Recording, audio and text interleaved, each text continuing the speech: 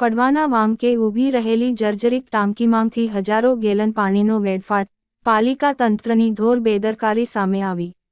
પાટણ શહેરના filter plant ખાતે આવેલી જર્જરિત ટાંકીમાંથી હજારો ગેલન શુદ્ધ પાણીનો વેડફાટ થઈ રહ્યો છે. પડવાના વાંકે ઊભેલી આ જર્જરિત ઓવરહેડ પાણીની ટાંકીમાં પાલિકા તંત્ર દ્વારા પાણી ભરવામાં આવી રહ્યું છે. એ ટાંકીની ચારે બાજુએથી પાણી વહી રહ્યું છે અને આ પાણી ગટરમાં ઠલવાઈ રહ્યું છે.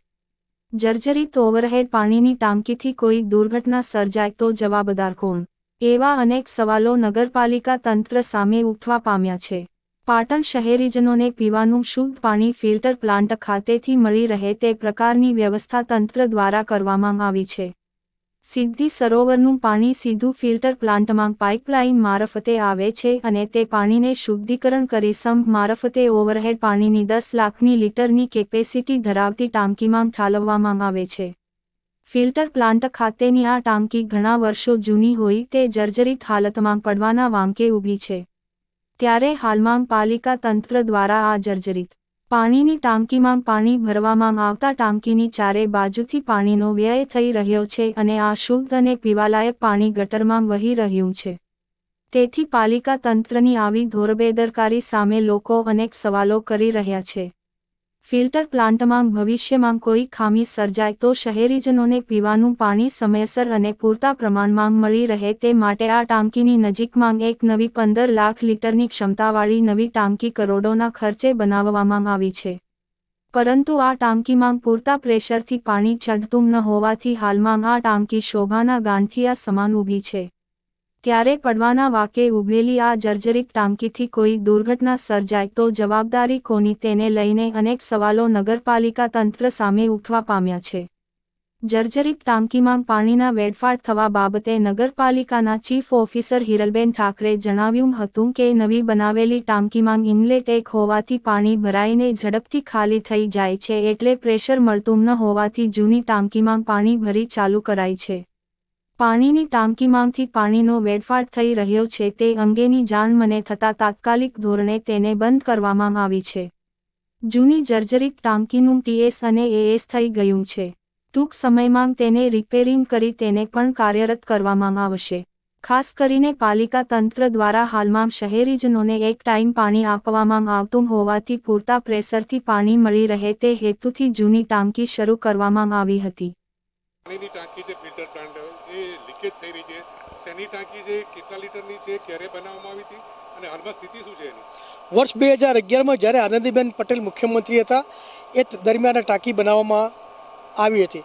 પાટણ શહેરને શુદ્ધ પીવાનું પાણી પૂરું પાડવા માટે આ ખાનસરોવર ખાતે ટાંકી સાથે તમામ સાધન સુવિધા સાથે કમ્પ્લીટ ટાંકી બનાવવામાં આવી હતી. પણ ટાંકી બનતા હજી ટાંકીમાં પાણી પણ ભરવામાં ન આવતા લીકેજ થવાનું ચાલુ થઈ ગયું હતું. 1.5 વર્ષ સુધી આ પાણીનો ટાંકીનો ઉપયોગ થયો નહોતો. ત્યારબાદ એક બરોડાની કંપનીને નગરપાલિકાએ પોતાના સ્વખર્ચે ટેન્ડર આપી અને આ રિપેરિંગની કામગીરી કરાવી હતી. ત્યારબાદ આ કામગીરી ચાલુ થઈ હતી.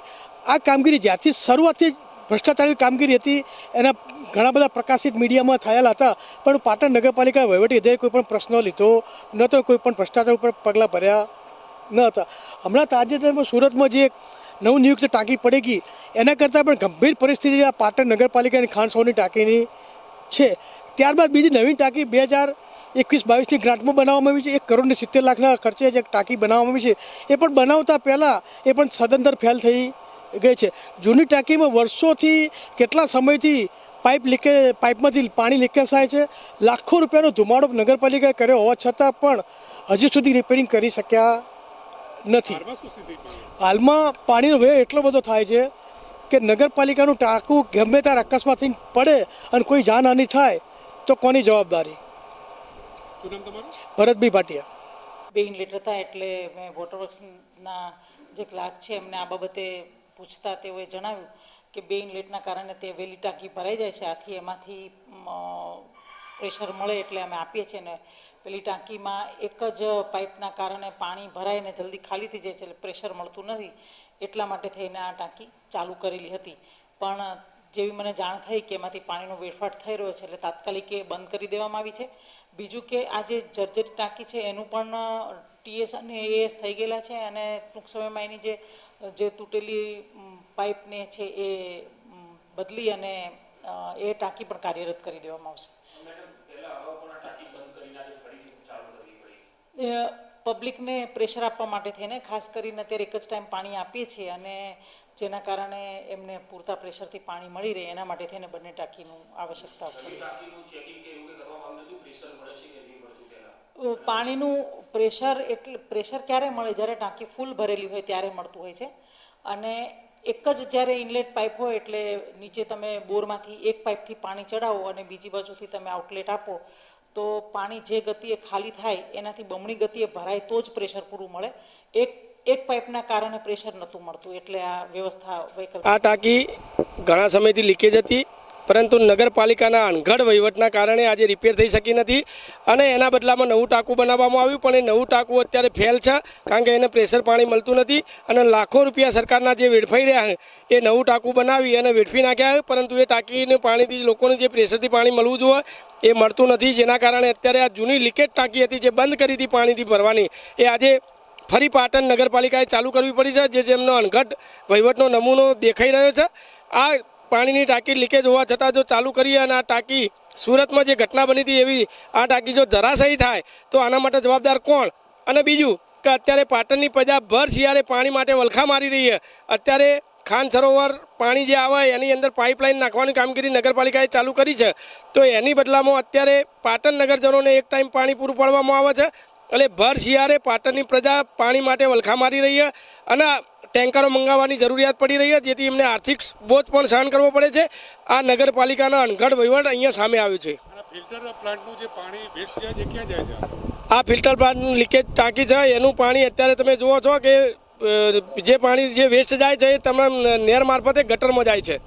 વેડફાટ થાય છે. આ તમામ પાણી લાખો લીટર પાણી અત્યારે પાટણની પ્રજાને મળતું નથી અને અહીંયા પાણીનો વેડફાટ થઈ રહ્યો છે. એ આ નગરપાલિકાની અણઘડ વહીવટનો નમૂનો છે.